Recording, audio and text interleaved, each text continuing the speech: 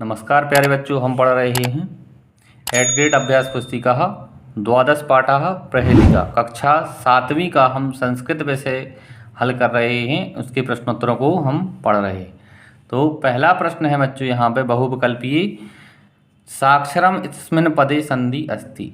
साक्षरम में कौन सी संधि है? तो यहाँ पे हमारी बच्चों संधि है दीर्घ संधि।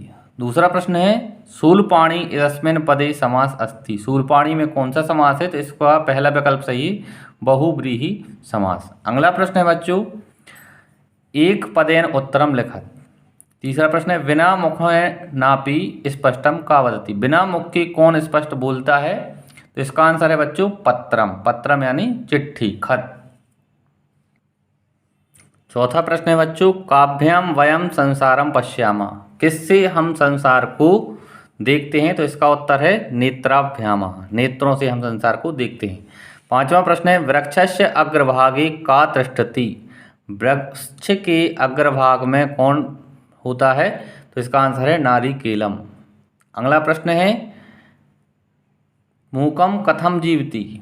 मूक यानी जो बोल नहीं पाता वो कैसे जीवित रहता है? तो इसका आंसर है मौनेन। मौन से वह जीवित रहता है। अगला प्रश्न है सातवां स्वजाति जीवः कस्य भोजनानि। स्वजाति के अपनी जाति के लोग किसका भोजन होते हैं? तो स्वजाति जीवः मीनस्य भोजनानि। मछली के स्वजाति के जीव ही उसका भोजन होते हैं। अगला आठवां प्रश्न है विभिन्नानि मधुराणि फलानि कुतः प्राप्यते। विभिन्न मधुर फल किससे प्राप्त होते हैं?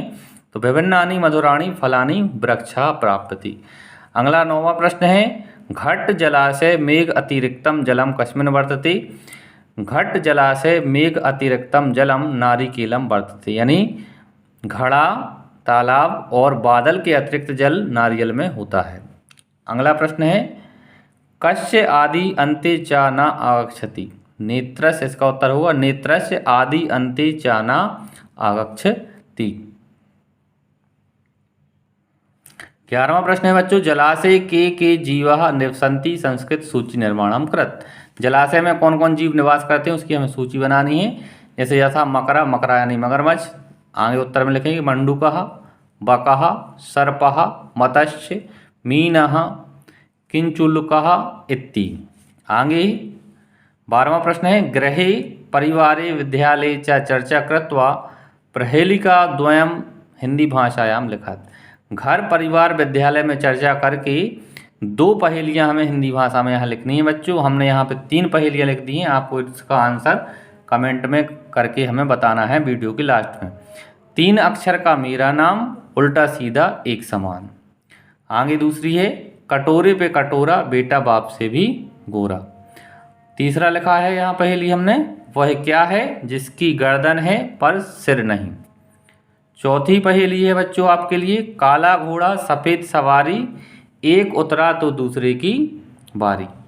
और 5वीं पहेली हमने आपको बच्चों लिखी है बूझो भैया एक पहेली जब काटो तो नई रबेली। इनके उत्तर आपको बच्चों कमेंट में हमें बताना है।